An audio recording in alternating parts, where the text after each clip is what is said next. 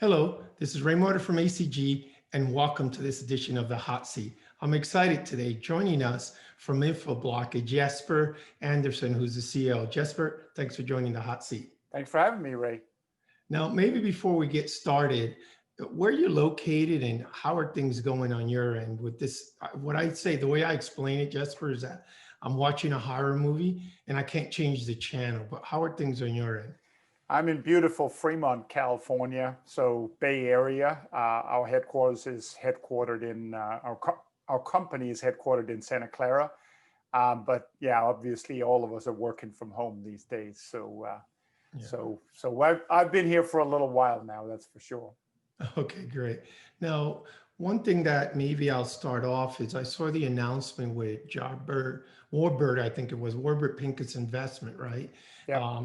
And one of the things that they did is they made this bet and investment in you. What does that mean for Infoblox and more important, his partners?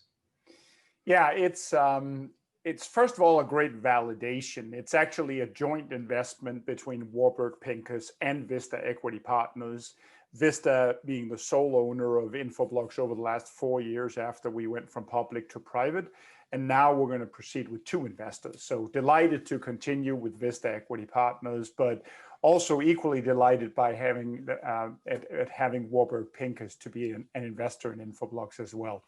First of all, it's a great validation of the hard work of almost 1,500 Bloxers, as we call our employees at Infoblox, and obviously the great work of our partners as well that's been working with us over the last many, many, many years.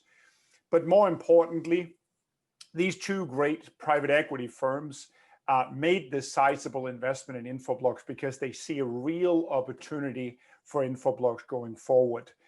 We think of what we do as next level networking and next level security. And obviously Warburg Pincus and Vista are very interested in investing with us in those opportunities that we have as a company. Yeah, no, that's interesting because you mentioned an important topic, next level, network experience, right? And I've heard that term before, and I know that Infoblox provides networking and security products to enable this, right? How would you go deeper into explaining what that means to our audience there? Yeah, I appreciate that opportunity, Ray. So I would encourage all of your listeners to think about the way sort of technology services have been delivered and how that's changed over the last decade or so. When people think about how compute is being delivered today and how storage is being delivered today, increasingly, both of those key technology components are being delivered as a service. It's actually super, super trivial to get compute nodes for pretty much any application you need today. You can just rent them from the likes of Amazon and Microsoft Azure and Google Cloud and so on. It's very, very simple. It's very simple to allocate storage resources to those compute resources and so on. So why is it today that the delivery of networking and of security is still so complicated today? That's really what we think of as next level networking and next level security. And what we have been working on at Infoblox is an ability to deliver those security and networking services in a much, much operationally simpler way for our clients to consume. That's part of what we call next level networking and next level security. You know, there's something to be said about taking something complex and simplifying it. That's a really hard thing to do, you know. It's a really hard thing to do. Yeah, and I think the way to think about how to do that is it has a lot to do with the platform. If we stay in networking for a little while, Sure. you know, you hear terms like autonomous networking, you hear intent-based networking from some vendors. They're all directionally the right things to do. We're starting to see a little bit in the market that certain companies, innovative companies, are starting to deliver some traditional appliance-based networking services in a simpler way, whether that's Zscaler delivering kind of like a proxy networking service, or whether it was companies like Mist Systems that was acquired by Juniper that delivers Wi-Fi in a much simpler way. You have to have that kind of a platform, a cloud native, cloud enabled and cloud managed type of platform in order to be able to deliver those services in a much simpler way. And that's what we have developed at Infoblox with what we call our Blox One platform. Mm. And today we are the only vendor that's capable of delivering our core network services. What we are best known for is DDI, DNS, DHCP, and IP address management. We now have the ability to deliver those services in any form factor a customer wants, whether that's a traditional hardware appliance, whether it's virtual appliances that can be put in a public cloud, or now truly as a service. That's really what the Blox platform added, and we've been working on that for the last 4 to 5 years.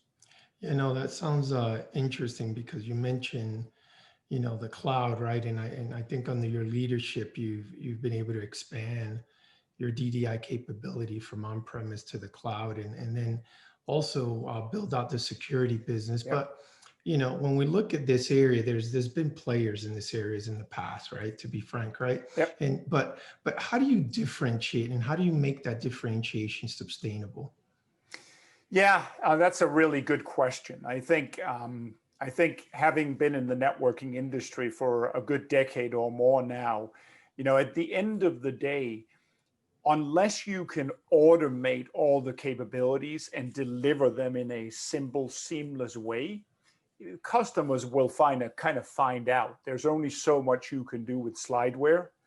And so we believe the way we differentiate ourselves is by giving our customers a great experience for how to consume these services.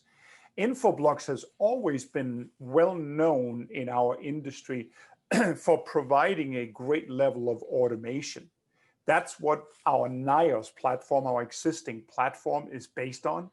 Basically, the way NIOS emerged as the leading platform in the networking, in the core network services, DDI specific kind of area, was we built a lot of automation around this topic of managing DNS records, IP addresses, and so on. We built what we call the NIOS grid that keeps a set of appliances, physical or virtual, completely synchronized.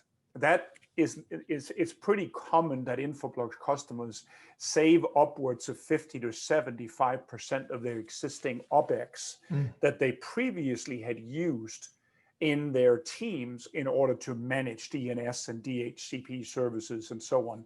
So you take that level of automation and you take it into a true hybrid world where you can consume these services in any way you want. That's kind of how we differentiate. And that builds on our existing differentiation as well. Yeah. One thing, Jesper, that you mentioned, which is automation, right? I noticed that at least once the pandemic kicked, right?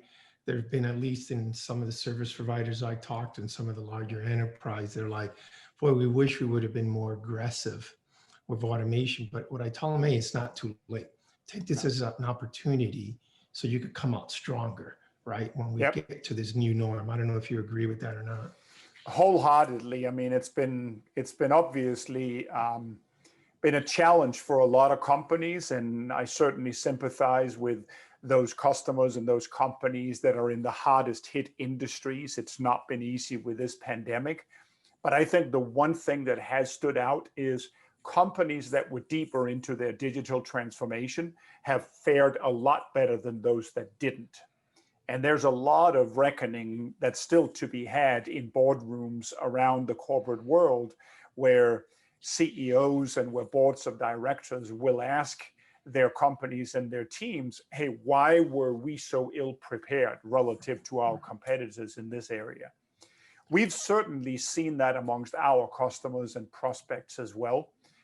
The ability to transition very quickly to work from home wasn't so easy for every company out there. If you had embraced a modern architecture, it was easier than if you sort of had to rely on old-fashioned VPN connectivity for every single one of your workers, regardless of what kind of function they were in. So there's no doubt that that there's going to be a reckoning around that. We've seen a healthy growth in our cybersecurity business because of the work from home. We built out our BloxOne threat defense platform, which basically secures companies, sort of help prevent that cyber criminals exploit the DNS protocol, which is the most prevalent protocol on the internet. And we've seen record growth in our cybersecurity initiatives precisely because companies have a urgent need to make sure that as the work processes have changed, that they can provide maximum and simple security services for their employees. And by the way, for their partners, extending out to all of their demand chain. Yeah, no, that's good. It was good to see that you validated. Now, one word that you mentioned again that was important was growth, right? How are you planning to grow this business? Yeah, great question. And it dovetails into the investment from Warburg Pincus and Vista as well. I'd say there are two areas of primary growth for Infoblox. One is we are seeing a huge opportunity, both within our customers and within the marketplace in general. And so we are certainly investing in the go-to-market side, whether it's our direct sellers or in our channel. I'm sure you're going to quiz me a little more on the channel. Absolutely. So I'll pause that one for Okay. a second.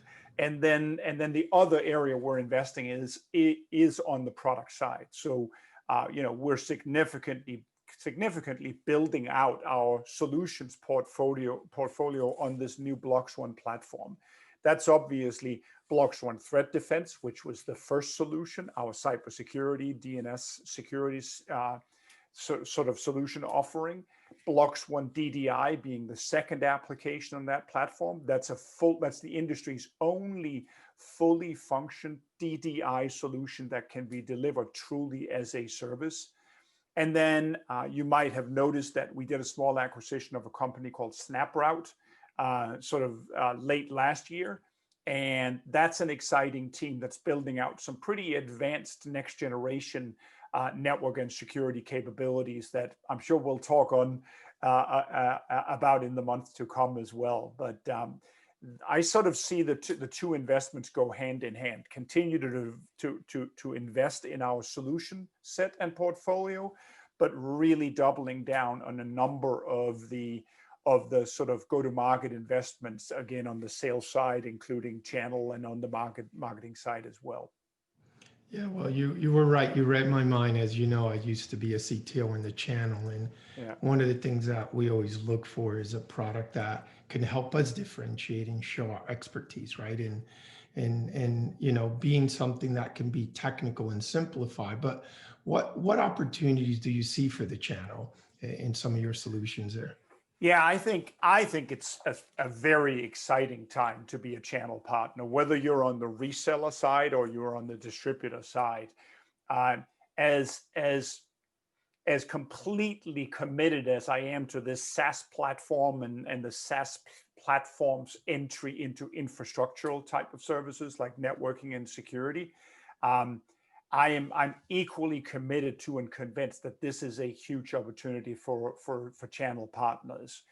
On the reseller side, if you think about it, there's never been a greater need for companies out in the world to work with resellers. It is a very, very, very complex set of IT services. More and more companies need, as we were just discussing, to drive digital transformation. And as you know, resources are scarce. And so the thought of hiring all of those people permanently in my own company to drive that is scary for a lot of CEOs and C-suites out there. And that's where the reseller has a huge opportunity. By offering a set of services all the way from a trusted advisor to be the knowledgeable kind of partner that understands this technology platform that's coming out, to helping with implementation as well, the professional services side of a reseller, I think is a huge opportunity. Infoblox has always been very, very committed to our channel. Well over 95% of our business goes on channel paper. And so all of those resellers are hugely important to us. I also think it's a great opportunity to be a distributor out there. We work with some of the largest and most sophisticated distributors in the world.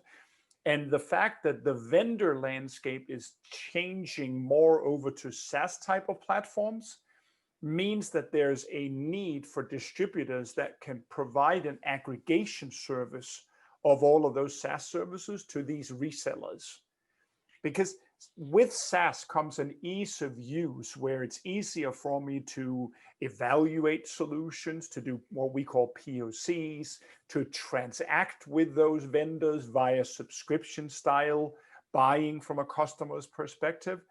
But a customer or a reseller doesn't want and can't build all of those platforms from all of those different vendors. And that's where the most sophisticated distributors has this unique opportunity of aggregating all of these services and providing the same simple use to all the resellers so they can do that to the customers as well. And I'm always encouraged by how our largest distributors are innovating in this area and how far they've already come. And it's really encouraging when we are working with them on how to integrate our SaaS services with their SaaS platform capabilities. So I'm extremely bullish on the role of the channel in this new world. No, it's great because I mean, the whole concept with SaaS and especially through distributor, the challenge with certain channels is onboarding a new service, right? And this area could help accelerate the time to revenue. Maybe we'll end with the last question related to partners again, right? So, Yeah. what do you have as new initiatives for these partners? Yeah, so we have a lot of new initiatives. Lori Kornmesser, who drives our channel, has done a great job of building up a team that works very, very closely with our resellers and our distributors. We have built a more sort of program that emphasizes more shared types of value creation. So for example, we work very, very closely with our channel partners on new logos. So huge advantage for both of us, right? The more new logos, what we think of as channel hunting, the better for us and the more rewards for our channel partners on that side. We've invested deeply as well in the enablement side of our channel organization. We realize we are moving with a lot of speed and innovating around our solutions, and we have an obligation to make sure we train our channel partners maximally to make sure they can deliver their services either to resellers if they're distributors or to end customers if they're our reseller partners. So big emphasis on that. It's encouraging to see when channel partners show up with their list of strong opportunities, we show up with our list of strong opportunities, and you get the best mind meld of these two organizations where we can really help each other. That's been really encouraging to see. And we have had great growth in our channel business over the last few years, and so a number of initiatives that we're driving down that path. We're obviously investing a lot in our Bloxs One platform and how we can bring that to market via our partners. We've loaded a ton of new logos into our, or prospects, if you like, into our Salesforce database, and the way we work out with our channel partners to share all of that information is an area that we're investing a lot in. No, that's great. I mean, I know Lori for a long time, and she's a rock star in the channel space. So, well, you're officially off the hot seat. Hopefully, it wasn't too bad, was it? No, it was all good. I like talking about these things, and I've watched your hot seat numerous times, and so I was mentally prepared for all the tough questions. Awesome. Well, hopefully you get to join again. Yep. With Jesper, this is Ray Moda. Thanks for joining this edition of the Hot Seat. Thanks for having me.